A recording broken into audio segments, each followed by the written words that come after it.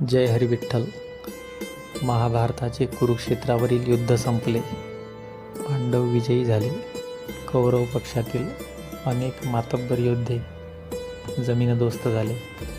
सर्वात शेवटी जे पितामह भीष्म हे बाणांच्या शय्येवर पडलेले होते, त्यांना भेटण्याकरता युधिष्ठिरादी पांडव आणि स्वतः भगवान श्रीकृष्ण महाभारताच्या युद्धाचे ठिकाण म्हणजेच कुरुक्षेत्रावर आले. पितामह भीष्म हे सुरुवातीपासूनच श्रीकृष्णांचे निस्सीम भक्त होते. ते कुरुक्षेत्राच्या युद्धात शेवटी उत्तरायणाची वाट पाहत आणि इच्छामरणी असल्यामुळे बाणांच्या शय्येवर मृत्यूची प्रतीक्षा करत होते.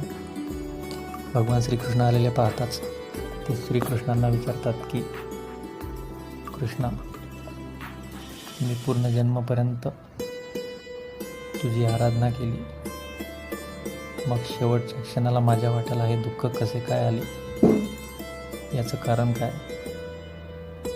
भीष्मांचा हा प्रश्न ऐकून श्रीकृष्ण सांगायला सुरुवात करतात. आपण मागच्या जन्मात एक राजकुमार होता आणि एक दिवस शिकारीवर जाताना आपण घोड्यावर बसून अरण्याच्या दिशेने जात होतात.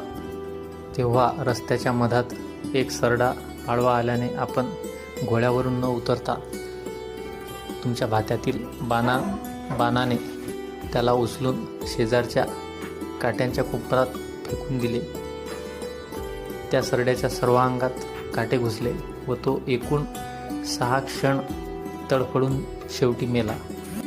म्हणून आता या जन्मात त्याच 6 क्षणांचे त्या सरड्याचे दुःख जे तुमच्यामुळे त्याला झाले होते, तेच दुःख आपण 6 महिन्यांचा इतका काळ असा व्याजासह भरून देत आहात. भगवान श्रीकृष्णांची पितामह भीष्मांबद्दलची ही पूर्वजन्मातील कथा ऐकून सगळेच आश्चर्यचकित झाले.